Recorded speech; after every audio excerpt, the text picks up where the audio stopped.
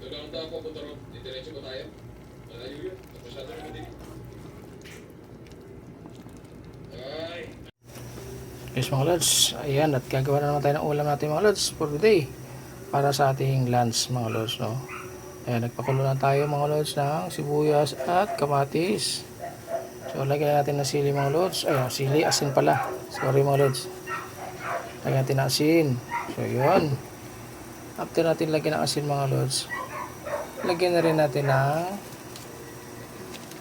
sarap. Ayan.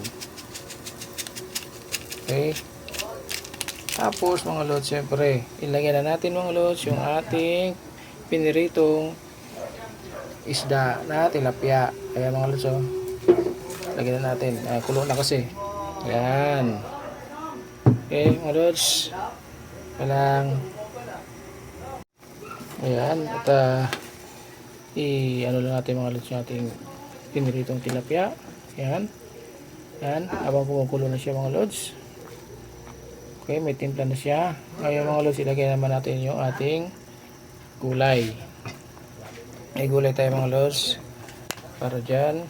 No? Ayan, ito yung ating ayan, talong. Ayan. Okay. Iayos lang muna natin. Para meron pa tayong lagay na gulay mga lods. Ayan na. Ating gulay. After nyo, lagyan na rin natin mga lods yung ating saluyot. So ayan mga lods, ating saluyot. Okay. Ayan. Nakalagay dyan yung saluyot natin mga lods. Lagyan na natin. Ayan. At siyempre lutuin na natin mga lods yung ating gulay. Ayan. Okay. Timplado rin siya mga lods. Simple lamang ito mga lods, yung ating gulay na ito. Ayan. Simpleng gulay lang ito. At siyempre, ano lang ito mga lods, no? Para-paraan na lang tayo mga lods para mapasarap natin yung ating nilulutong ulam. So ayan, simple man pero at least yummy ito mga lods, no? Ayan. Ayan lang natin mga lods. Takpan muna natin. Okay.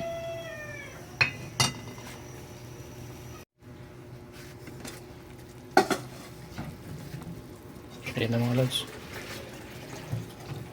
Ito lang ating ulam. So, ayan.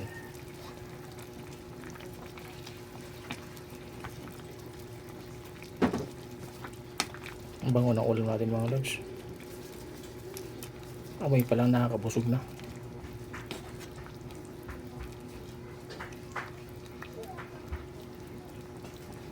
So, tikman na natin ito mga lods, no? May timpla na ito.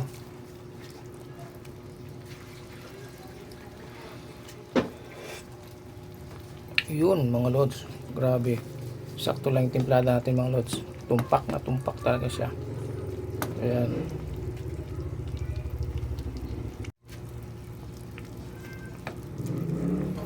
Paluto-lutoy lang natin yung talong natin mga lods. Ayan, medyo ano pa siya eh. Ayan. Ito yung lods, oh. Ayun na yung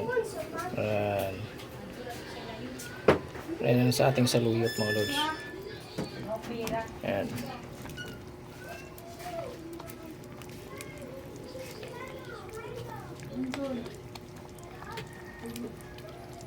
Wow, yummy na talaga to.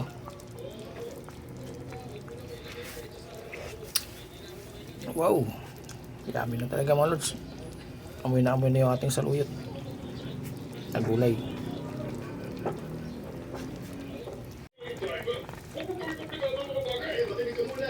Isang oras na nang nangyari yun. Gusto kong mag-set up na ng mga checkpoint sa Mount Nebo. Kailangan mahuli siya. Importante talaga to. Gawin nyo na agad, ha?